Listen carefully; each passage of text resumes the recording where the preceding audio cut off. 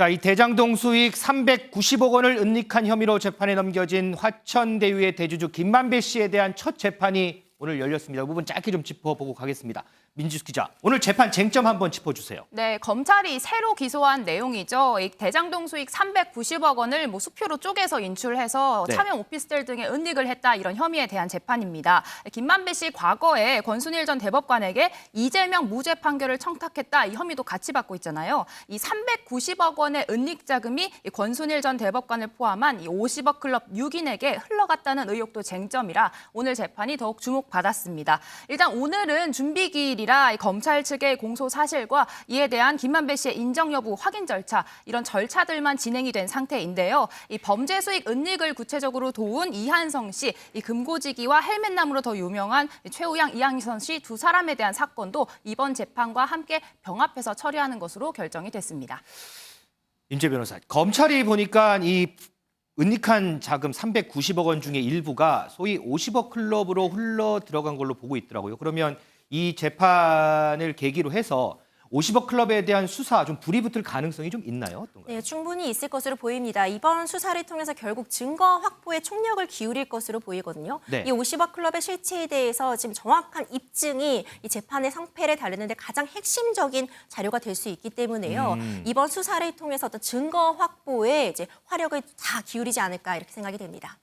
자, 그런데 신정인 전 의원, 한편으로 보면요. 왜 일전에 50억 클럽 관련해가지고 곽상도 전 의원 무죄 나왔잖아요. 그러면 이게 수사가 불이 붙는다고 하더라도 이거를 입증을 할 수 있겠느냐, 이런 의문은 나올 수 있잖아요. 맞습니다. 곽상도 전 의원의 무죄건은요, 사실은 사법부와 그리고 지금 검찰의 어떤 선택적 수사와 봐주기 판결 아니냐라는 국민적 공분을 샀던 사건이기도 합니다. 그러다 보니까 현재 진행되고 있는 박영수 특검과 이제 진행되게 될 권순일 전 대법관에 대한 수사 역시도 마치 이제 윤석열 대통령과 앞서 말했던 박영수 그리고 권순일 이 두 사람 간의 사적 인연 때문에 봐주기로 가는 것이 아니냐라는 많은 사람들의 어떤 세평에 공정한 수사가 될 수 있는 하나의 방점이 될 거라고 생각을 하고요. 만약에 이 문제를 그냥 두루뭉실 또 넘어가는 결과가 나온다 그러면 아마도 사법부 신뢰를 송두리째 뽑아버리는 진짜 큰 사건이 될 거라고 보고요. 사법부의 경시풍조가 점점 더 가중화될 수 있다. 그런 면에서 지금의 어떤 검찰과 또 사법부가 좀 더 엄중하게 이 판결까지 갈 수 있는 최선의 노력을 했으면 좋겠습니다. 자, 임재 변호사, 요거 하나만 조금 물어볼게요.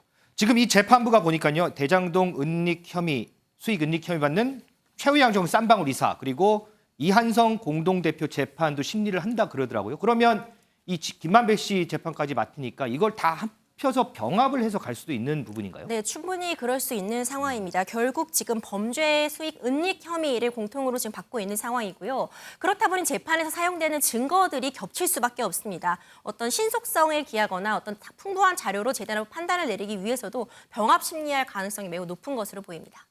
자, 이 재판 관련 소식은요, 저희가 들어오는 대로 또 바로바로 좀 전해드리도록 하겠습니다.